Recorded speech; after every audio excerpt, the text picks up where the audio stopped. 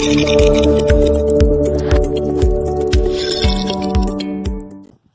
is the RDR 2500U. It's a 400 to 470 UHF radio.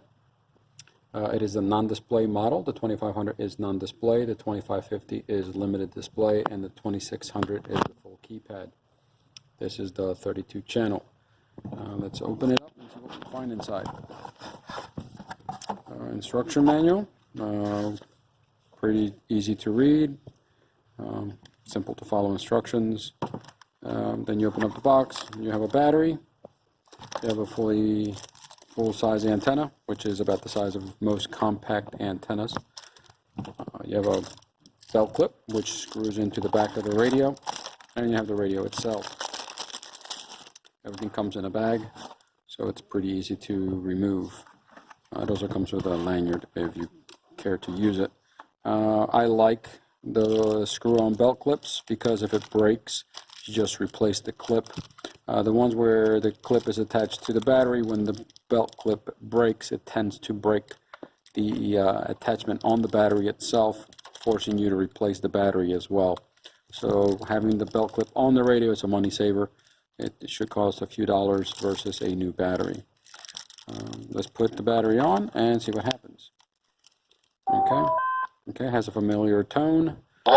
It does have channel announce. Here are your programmable buttons. You have 3 on the side and the push to talk button. This being the non-display version is just a simple radio. Accessory connector on the side. You open it up. 2-pin connector, and this is the micro USB for programming. So pretty simple, pretty straightforward. It locks in. So we're going to take a pause, put the antenna on, and see what it sounds like. We've assembled the radio. As you can see, it's pretty compact with the regular antenna.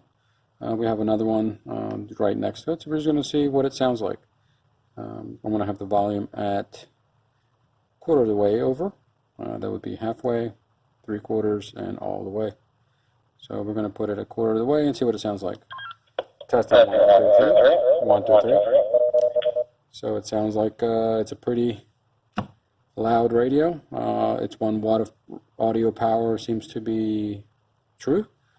Sounds pretty nice. 1, 2, 3. Microphone on the radio seems pretty sensitive. I have the radio approximately 10 inches from my face. 1, 2, 3. And it's picking up very clear. So other than that, 16 channels on the top. So we have 2 zones. You can program the buttons. It does have a top button, so that's good for emergencies. A lot of brands you have to upgrade to a more expensive model to get that little button. But on the RCA, it comes standard on top. We're going to just do the final dimensions. The box comes in metric. Since we are in the United States, we don't do metric. We're in probably the only country in the world that doesn't do metric. So we're going to do our standard USA measurement. Ruler, front of the radio, from top to bottom, it's about 4 and about 3/4 inches tall. Again, that's without the buttons. That's just the chassis. With the buttons, you're 5 and 1/4 inches, a little bit over, tall. From the side, at the widest point, you're approximately, let's see, 1.5 inches. 1.5 inches, yep. And width, right? It's go from the buttons at its widest point. That's taking the PTT button and the side connector on. You're looking at about 2.25 inches wide. So not bad, pretty compact as radios go, and it weighs about 0.6 of a pound. We actually weighed it. So again, pretty compact, fits in your hand very well. Nice audio. And 5 watt audio. 1 watt audio, 5 watt power, programmable to 1 watt. So that should give you pretty good coverage.